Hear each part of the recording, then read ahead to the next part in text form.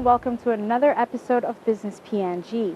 Now tonight on the show, we feature another edition of Business Advantage Boardroom, where Andrew Wilkins sits down with prominent businessman Mahesh Patel as he discusses the newly amalgamated Kumul Telecommunications, as well as 30 years of City Pharmacy Limited in Papua New Guinea. Good evening. I'm Andrew Wilkins from Business Advantage International. Welcome to Business Advantage Boardroom, a quarterly program that looks to discuss the issues facing business in PNG. In the boardroom today, we have just one guest, Mahesh Patel. Mahesh is one of PNG's most successful and respected business people. He is the founder and chairman of PNG's largest retailer, CPL Group, which includes City Pharmacy, Stop and Shop, Hardware House Stores, Jacks of PNG and Proud's Duty Free. CPL employs over 2,600 employees across the country and has 55 stores nationwide. This year, it celebrates its 30th birthday, and we'll be talking with Mahesh about that celebration. Now, Mahesh has another important role that affects almost every business in PNG. He is the chairman of Kumul Telikom, the new name for Telecom PNG. The change of name has come about as a result of major changes not only at Telecom, but also the other state-owned telecommunications companies, B-Mobile Vodafone and PNG Dataco. All three companies will now operate under one board, chaired by our guest today. I'm going to ask him exactly what's going on and what phone and internet users in PNG can expect to see from this new-look organisation. Welcome, Mahesh. Thank you. Now, let's maybe get the controversial content out of the way first, and then we'll go on to talk about a topic which I know is very close to your heart, which is CPL's 30th anniversary. So, Kumul Telecom, why do we need to reform the state-owned telecommunications companies and bring them all together under one roof? Andrew, if you go back about 5 or 6 years ago, it was all the one company. Yep. Telecom PNG in the early days, PTC back in the 80s when I first arrived in the country, was a very, very powerful entity. Some decisions were made before our times to split the entities and create a different mobile company, which created B-Mobile. Dataco was created later on to create the wholesale assets. Time had lapsed, and it's a fast-changing industry. Strategies change, the technology changes very, very quickly. So the strategy has been put in place over 3 years. How do we bring this all together? Because as you know, we got one incumbent player in the market who's got a huge market share, and the three state-owned entities are all struggling. And the three ended up virtually competing with each other, and it's all owned by the same shareholder, which is the government and the people of Papua New Guinea. Yes. So the logical thing was, and it's easier said than done, is to put all the three together, share resources, cut back on additional cost, bring in efficiencies, and provide the customer. I mean, our strategy is, let's look the customer backwards, is to say, is the customer getting a one-stop shop, all the services he or she wants? Bring affordability and consistency of network supply. So the idea was to bring it all together, bring efficiencies, and bring the prices down and affordability to the people of Papua New Guinea. So does that mean we can see some rationalisation of the back end of the businesses in order to make them more efficient? Absolutely, but again, it's going to take a while. Yep. Because we've got regulatory issues to make sure that we cross over, and these things are in the pipeline. There will be rationalisation because we know, for argument's sake, each of the companies are running separate NOCs or call centres. Yes. Now, it can easily be combined into one. We all run different ERP systems. It can be easily combined into one, so we provide a shared service. And with technology changes, I mean, at the moment, we've got 100 or 200,000 subscriber base. Papua New Guinea is a population of 8 million. The opposition has got a couple of million. Yep. So there's another 6 million people untapped. So as we go on, as we become stronger, each of the three entities were struggling for capital expenditure. Our motto is not to keep asking the shareholder, the government, for handouts. Right. Is to use the assets. How do we milk the assets? How do we run it as a private entity? To self-finance it self-generating income and provide a dividend to the government. Dividends is going to take a while to come because a lot of capital expenditure is required. As you know, telecom has been neglected over time as far as legacy assets, equipment not being renewed and all that. So over the last 3-4 years, we've been slowly fixing that up. So eventually what will happen is the three of them will be together as one stronger brand. Right. And as we get more subscribers, there is obviously a fear that people will lose jobs. You know, it is a very short-term pain because with 100,000, 200,000 subscribers, we've got a small pool of people. Yeah. Imagine having 2 million subscribers. We'll need more salespeople, we'll need more technical people, we'll need more people in the call center, and the younger generation who are coming out of universities will all be fired up to come out and work for us. Yeah. We've got an amazing graduate trainee program, and the 20 or 30 new graduates that come on each year, they're talented, they're very bright, they've got full of energy, and that's the future of Papua New Guinea. And that's where our goal is, to bring in the new field force. Okay. So there'll be, in time, a huge amount of job creation.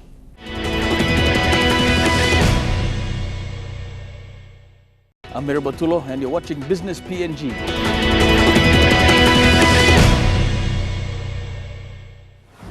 Mahesh, perhaps we can look at the major areas of operation for the new combined company. Let's look at mobile phones. As you mentioned before, there's a very dominant player in the market now that they're having to compete against. What's the plan for the mobile phone services, first of all? Well, Telecom is building a 4G core network. We've started a soft introduction into the market.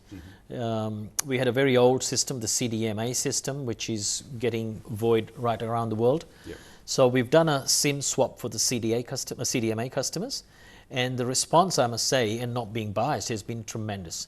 People are actually streaming videos, people are downloading things faster, but we are still building that network up. Right. It is very ready, very soon going to be ready for launch.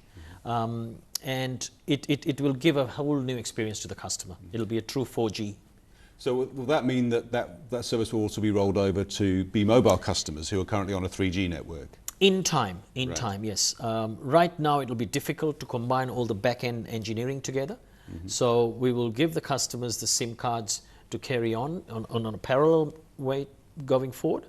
Eventually it will just be merged together, yes. Right. But the people are working. We're doing a lot of planning, Andrew, on paper first. Right. We don't want to action because, you know, if something does go wrong, you could have all the subscribers out of contact. So it's daunting, and a lot of caution needs to be taken. So my engineers and I think Telecom, B-Mobile, DataGo combined have got some of the best engineers in the country, I believe. So the guys are working behind the scenes, mapping it out, testing, because when we're out there and we've got a huge number of subscribers, there's no room for error. And does that mean that there are priority areas of the country that you think might get this service first? I know it's mostly in Moresby, or CityFon was mostly in Moresby. Are there other key population centres you're going to target and roll out this service to first? I think a lot of centres have been rolled out. Yeah. Mount Hagen is being done now, Madang, Leh. So it's easier getting into the major centres, but we got to realise we're a state-owned enterprise. Our service is not only to the major centres. We've got an obligation to go right down to the settlement level, to the village level. It's obviously tougher because there's a smaller population base, and you know, at some point of time we'll have to realise there may not be a return of investment in a population of 500 people living in a remote area. But I, as the chairman of Kumul Telikom, have got a sense of responsibility. The board has the sense of responsibility. The people of Telecom has got a sense of responsibility to deliver the service right down to the village level. It will take time because, as you know, the terrain of Papua New Guinea is not the easiest. You know, we've got mountaintop towers, helicopter hires requiring, sometimes landowner issues of putting towers in places, security of that, refueling gensets. It's quite a major task. Sounds like an enormous task. How much of the network is there or partly there already, and how much will be new greenfield networks being built? I think 4G is mostly all new. Yeah. Because up till now, B-Mobile only has had 2 and 3G. So 4G is a completely new network. That's new technology. Absolutely. Can you co-locate with existing masts and things like that? That's what we're looking at. Yeah. Yes, I mean it'll be silly for individual companies, and that's the rationale for the amalgamation. Is you do not want a tower built by B-Mobile and a tower built by Telecom owned by the same shareholder. So what we're looking at is, obviously it's a little bit more complicated than I will explain. Yes. Using a single tower with different electronics on the tower, which is done worldwide. So one set of genset, one set of electrics, one set of security. Again, there's savings in cost. So do you have an expectation or a goal to set yourself as far as when we might start to see this rollout really take gather some momentum? We starting to do soft introduction now, and I think we're talking in a matter of weeks that we'll be ready. And I'm pushing the engineers. There's a lot of eagerness to roll it out, but we want to make sure that if we did, that we deliver the service. As you know, and let's be honest, Telecom's got a checkered past on its performance, on deliverables and uptimes. And you know, it's not necessarily all because of the people, but it's because of legacy equipment. We've had downtimes for a number of days or even weeks in some areas, only to find out later that all the copper wire has been stolen. We fixed the electronics this side and we fixed the electronics this side. When we start coming through, in the middle, all the copper's missing. So we've had a lot of sabotage as well, and I can't put my head around it as to why and who would do that. Copper, okay, well, copper was a commodity, so people took it off the ground and sold it for recycling plants. But now we're getting issues with fiber. Now it's got no resale value, and they're put in pits with iron gates as such. We've gone as far as putting security on, which is additional expense, and actually putting on street cameras to try and figure out why somebody would sabotage. Obviously Telecom gets the blame. The other issue we have is, and it's a pick with the city developers, is a lot of constructions happening, as you know, around Port Moresby and outlying countries. And I'll say it on camera, but there's no respect for the assets that the telcos own. People come out and dig up our trench, cut off the wires without any consent, without any planning. We've had a lot of problems with that situation as well. And we chase after the construction guys, we chase after NCDC. There needs to be a planning.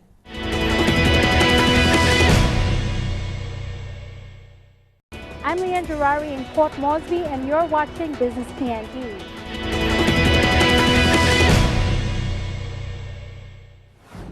Now we'll get on to the more pleasant topic, perhaps, which is CPL, which this year turns 30 years old.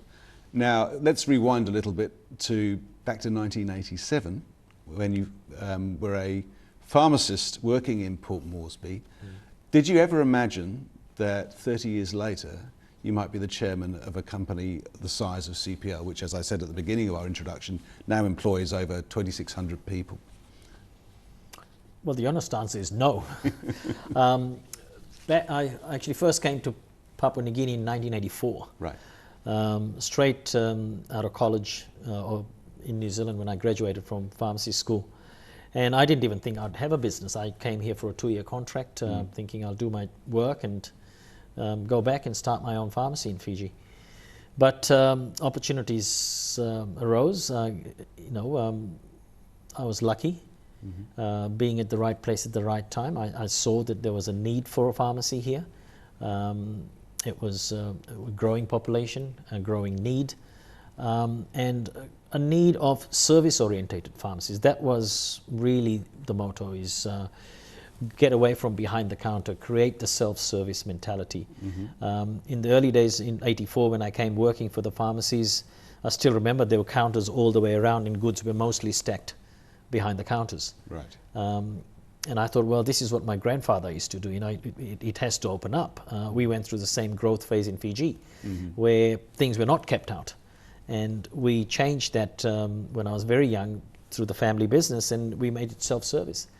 So we thought we'll open one pharmacy or 2 pharmacies, but never thought we'll have 54 outlets around all parts of the country. It's amazing. So what made you turn from a pharmacist into a business person? What was the actual moment where you suddenly thought to yourself, I'm in business now rather than just servicing customers? I think it was more ambition of wanting to do more. Again, we didn't think that we'll get into the supermarket business, but when Steamships Trading Company had put their business for sale, remembering that we started from within the Steamships department store setup. So the pharmacies were in the steamship stores? All of them, to start with, yes. That was our startup. So there was a big risk factor as well, that if another entity bought the supermarkets, we could be out of business completely. Right. Because there was a trend where people were starting to duplicate what we were doing, because it was a winning formula. So some of the other supermarket holders were starting to set up their own pharmacies within their supermarkets. So the potential buyers would have actually thrown us out. So that would have been the end back in 2005. Right.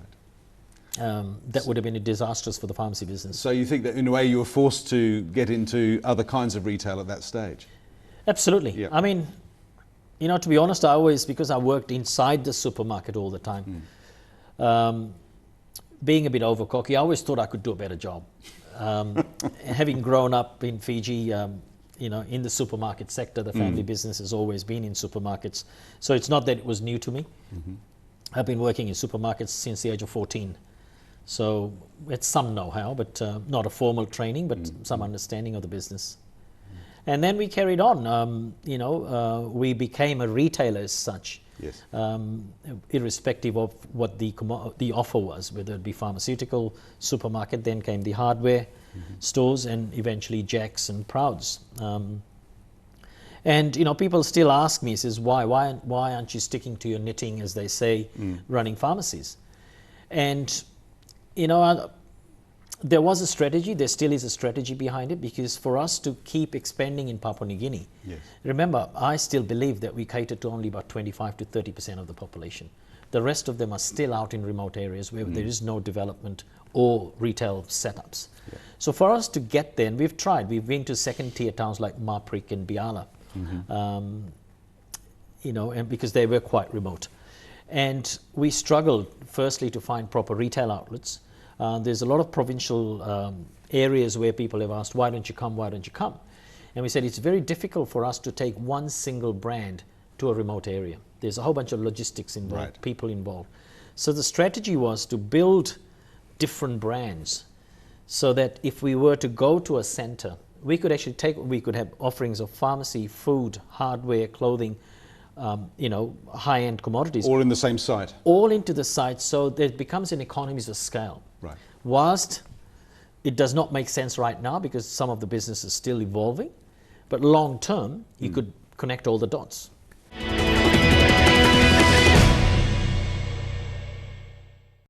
Observing the growth of CPL, it strikes me there are probably a couple of key moments. One would have been when you actually listed on the Port Moresby Stock Exchange, which I think was back in 2002. As a business, what do you think the benefit of listing on the stock exchange was? Because not a lot of companies in PNG recently have actually taken that step. Well, when we listed, I had no idea why we're listing, to be honest.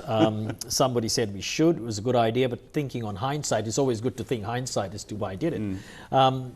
We started going back when we started the business. My original founder, Alan Jarvis, who'd been in the country for a number of years, was about 18, 20 years older than me. Unfortunately, he's passed away in 2009, which was quite sad.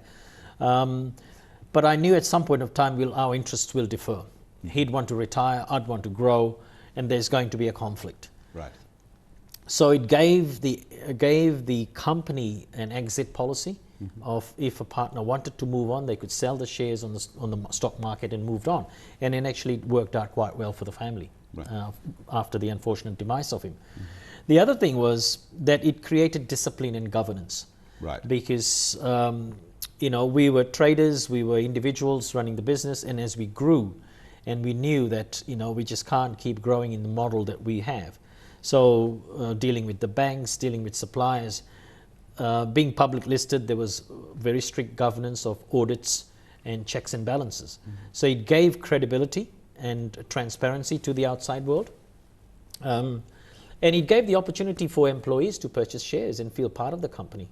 And in the first stake, I think there was about 300 or 400 staff who took up some shares, small parcels of it. Yeah. And they are still on the shareholder register? They still own some of the shares? I will have to check that because the shareholder register has grown quite big. Yes. So I'll have to check that. But it's nice to see a couple of our staff turn up at our AGMs, and it's a proud moment for them. Hopefully they don't ask you too many difficult questions. No. Just as an observation, I wanted to ask you a little bit about the current state of retail in PNG. Before we get on to that, just as an observer of your business, you seem to have two distinct streams of activity. We might classify city pharmacy and stop and shop, and perhaps the hardware as kind of core, everyday items that people need on a day-to-day basis. But one of the other things that you've done in PNG over time is maybe more experimental or maybe more, well, not risky, but you're pushing the envelope about what's available. You've tried new things that maybe PNG hasn't seen before. For example, Paradise Cinemas. Launching multiplex cinemas in PNG might have been seen as quite a brave step to take. You haven't been afraid of doing that. Bon Cafe, so there's barista-made coffee, bringing that to PNG. And of course, Proud's Duty Free, which is quite a high-end retail offering, isn't it? What makes you think, or what drove the desire to maybe try these new and often higher-end retail experiences for Papua New Guineans, when traditionally maybe they just haven't been brought here? I think it was just trying to understand the customer, that people want quality products. Yeah.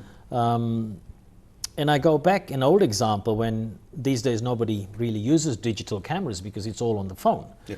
But years gone past when we launched the digital cameras, what occurred to us was the biggest sales came from the outstations, not in Port Moresby, which shows that people out there want quality products, want, okay, there might be a small population, but there's a desire to have the high-end products.